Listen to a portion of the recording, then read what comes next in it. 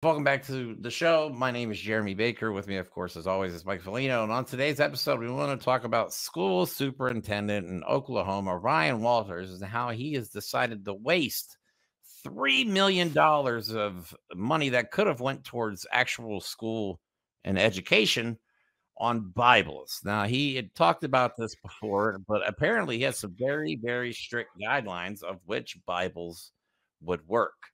And up until recently, I think we have an update on this, but up until Yep. recently, the only Bible in existence on the on the planet was Donald Trump's Bible, which is $60 a piece. That's got to be purely by coincidence, right? Sure. I'm sure that's coincidence. I forget what website posted a comment. I think it was on Twitter or on Threads. I can't remember. They're like, we have like 28,000 different versions of the Bible, different colors, different materials. Not a single one of them met the requirements. So first, let's see a video of what kind of dude this guy Ryan Walters is. And I'm honestly disappointed with people in this country when they elect people like this to positions, especially like school superintendent. Yeah. Come on. Do better. I'm here in Tulsa with the greatest governor in the country, Governor Kevin Stitt. We're here to get out the vote. Yes, amen. Amen. We are here. We are going to get out the vote. We are going to win this race on Tuesday. We're going to get more school choice. We're going to get more. We're going to get critical race theory out of our schools. We are absolutely going to do better for our young people. Wait, so are guys, there any let's say here on the count of black three. people there? 1, 2, No. 3. Oklahoma.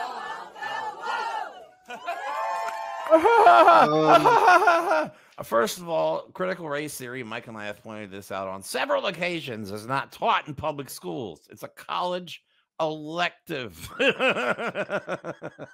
Also, I'd like to point out in that moment where he was like, "Hey, everyone, let's vote." The only thing that he chose to do is point out racism. Like the only thing that he talked about championing, the only thing he talked about that concerned you, and when you're voting for me, is make sure we keep the black black people. Wokeness. We'll keep the woke out. We won't go woke. Yeah. Okay. So Mike has some important details on the Trump Bible. Some things are missing apparently, and he also has some important stats on Oklahoma's education and where they stand. Well, the thing, like Jeremy pointed out, is the Bible required by this gentleman was very specific. It had to be leather bound, which I don't understand. And also, it has to include certain government documents, certain federal documents, which is generally accepted as not being cool with religion, separation of church and state. But technically, its only requirement is to have the Bill of Rights in it, which conveniently leaves out amendments 11 through 27. And if you don't know, that includes, amongst others, mentioning that slavery is not good and maybe illegal, that women and black people actually do have the right to vote. And also the removal of a senile president, the 25th Amendment. Right. So it's kind of weird how the only information it needs in there by this guy is that it basically says you have guns and you can say whatever you want. Right. This dovetails perfectly into the state of Oklahoma's educational system. Oh boy. So most of their kids are not proficient in math. In Oklahoma, nearly 6 in 10 young children from ages 3 to 4 were not in school, period. And 20% of high school students did not graduate on time. Over 70% of 4th graders were not proficient in reading, and 84% of 8th graders were not proficient in math. Lowest ranking in education. Oklahoma's lowest ranking, coming in at 49th, was in education. The state was ranked 45th in health, 40th for family and community, and 39th in economic well-being. Oklahoma has been ranked 46th in the nation in overall child well-being and 49th in education. The Annie C. Casey Foundation's annual Kids Count report ranks all 50 states with 4 categories: economic well-being, family and community, education, and health. This report used data collected in 2022. So if you're wondering why they have such strict demands on a Bible being in public schools, by the way, they want to order 55,000 Bibles. I forgot the exact stat, but I believe they have less than 50,000 teachers in the state. Also, they don't know anything, they don't learn anything, they don't teach anything, and they're pretty okay with that because they keep electing the same people. Right. The scary part is the justification this guy has, which you'll hear in the next video, for why we need Bibles to save our education. Won't you think of the children? I know, because Bibles and they just fix everything. Hey, you know what? Getting rid of critical race theory to adding Bibles, I'm sure is going to really help the educational system in Oklahoma. Maybe that leather-bound Bible is thick enough to hold in front of you when a gunman comes in and tries to shoot up your school. Maybe that's why they want so many. Well, by then they'll have J.D. Vance's advanced idea of putting thicker windows and doors, so they'll all be safe. It's so dumb. All right, well, here's a video of Ryan Walters, who was on Steve Bannon's War Room podcast, which is pretty disgusting in itself. This is a far right-wing propaganda show. That's all it is. And this guy in America, separation of church and state. Exactly.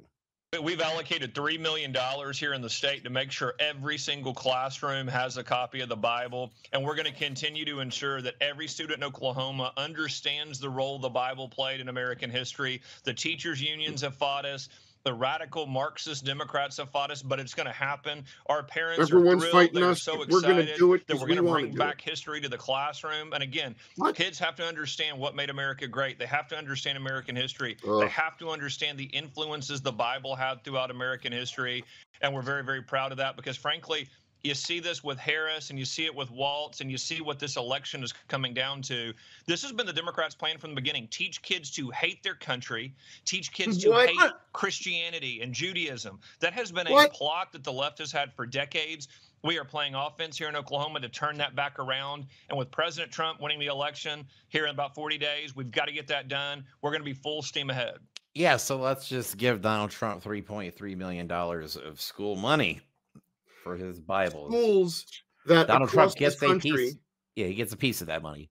Schools across the country can't afford simple writing implements. Some of them, a lot of them, don't even have nurses on staff anymore. But Oklahoma, last in education and basically any ability to have reason and critical thought functioning in their brains, is like, we need more Bibles. Here's the good thing. There is some good news on that from the LA Times. Reporting from Oklahoma City, Oklahoma has amended its request for 55,000 Bibles to be placed in public schools that initially matched a version of the Holy Book endorsed by former President Trump. The request was amended Monday and no longer requires the Bibles to include U.S. historical documents such as the Declaration of Independence and the Constitution, requirements that match the God Bless the USA Bible that Trump endorsed this year. Right. So what they're actually experiencing is, in my opinion, I got no proof of this, enough people in that state were like, all right, I mean, we're a red state, but guys, this is some bullshit. They were like, okay, you're right. Right. And like you said, teachers can't even, the teachers are out there buying their own equipment for their students because schools don't have enough funding. And this guy's taking millions of dollars and just perfectly okay with it. Like sees no problem with spending $3 million on Bibles and wants to blame it on teaching kids proper history, proper American history and the Bible. Like you said, separation of church and state. Well, apparently they've never heard of that concept. If they want to teach American history in light of the Bible, then they better be teaching how the Bible convinced centuries worth of Americans that manifest destiny was God-given right by Americans to just walk across this country and genocide all the native peoples. Let's talk about that.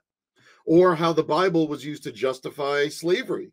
How about that? Let's talk about that. Or if you're going to spend money, get a regular, boring, simple version of the Bible and a version of the Torah and a version of the Quran and the I Ching and all these other religious documents and teach a class on religious mythology.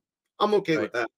But then you have a school superintendent going on a propaganda network and talking about how Kamala Harris and the Marxist lefts are going after Christianity and Judaism. That's a new one.